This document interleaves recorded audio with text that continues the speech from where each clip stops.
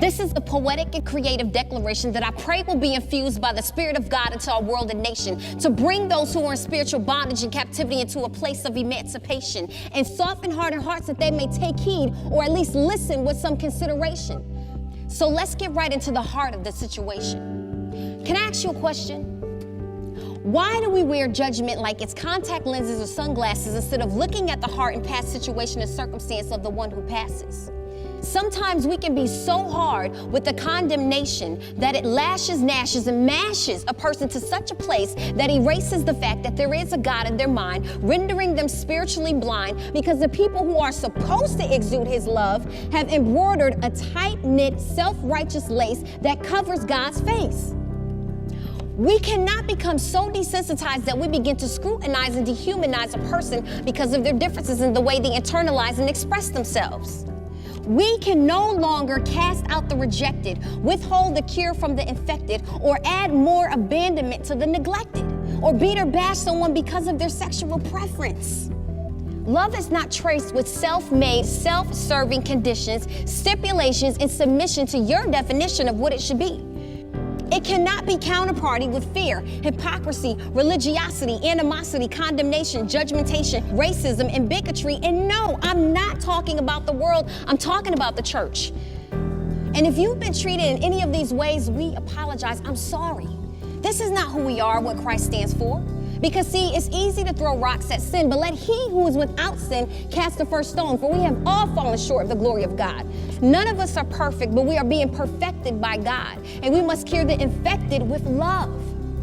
So I speak and release love over you right now as the healing ointment to heal the disappointments of the church. Jesus said, I did not come for the healed, but for the sick. So the self-righteous condemning judgment stick needs to be broken as a token of the grace and mercy that was given unto us and buried in the cemetery for good. We can't keep walking past the people who are crying out, putting duct tape back over their mouths because they don't fit our qualifications for need or are not in the building called the church. And let me address that too. The church is not a geographical location or facility. It goes much deeper than that, intertwined with a bit of humility. We, the people, are the temple of the living God, and we carry the ministry wherever we go, which should be a beacon of light that never, ever loses its glow. Ministry is not a light switch you turn on and off or something you catch when someone may cough. It's seeing a person's need, pulling up all the weeds, then planting the seeds. The solution to the pollution is love. And if you've been hurt, mistreated, or offended by the church, I'm sorry, because that is not what Christ would have wanted or intended.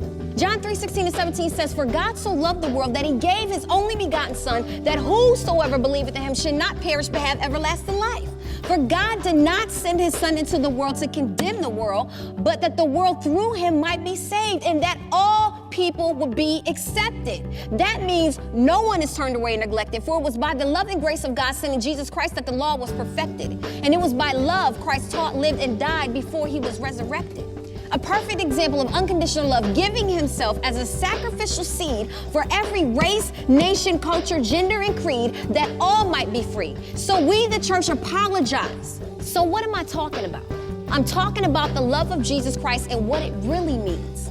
It means we are beautifully and wonderfully made by God, and our differences are what creates the rainbow of colors in life that should be embraced, not misplaced, judged, condemned, or defaced. So we apologize for doing anything less than accepting you for who you are.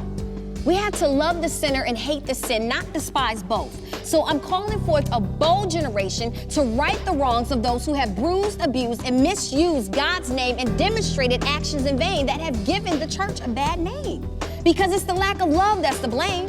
So we, the church, apologize to you. No more just going through traditional routines and motions. No more drinking religious man-made potions. No more. We have to break the mold of the old and repair the damage because the greatest commandment of God is to love. It's time to eat a piece of humble pie, stop asking why, and step up the love game and accurately represent Jesus Christ's name. And to the sheep who have been wounded, scattered, and unrecognized, as the church, we sincerely and deeply want to apologize.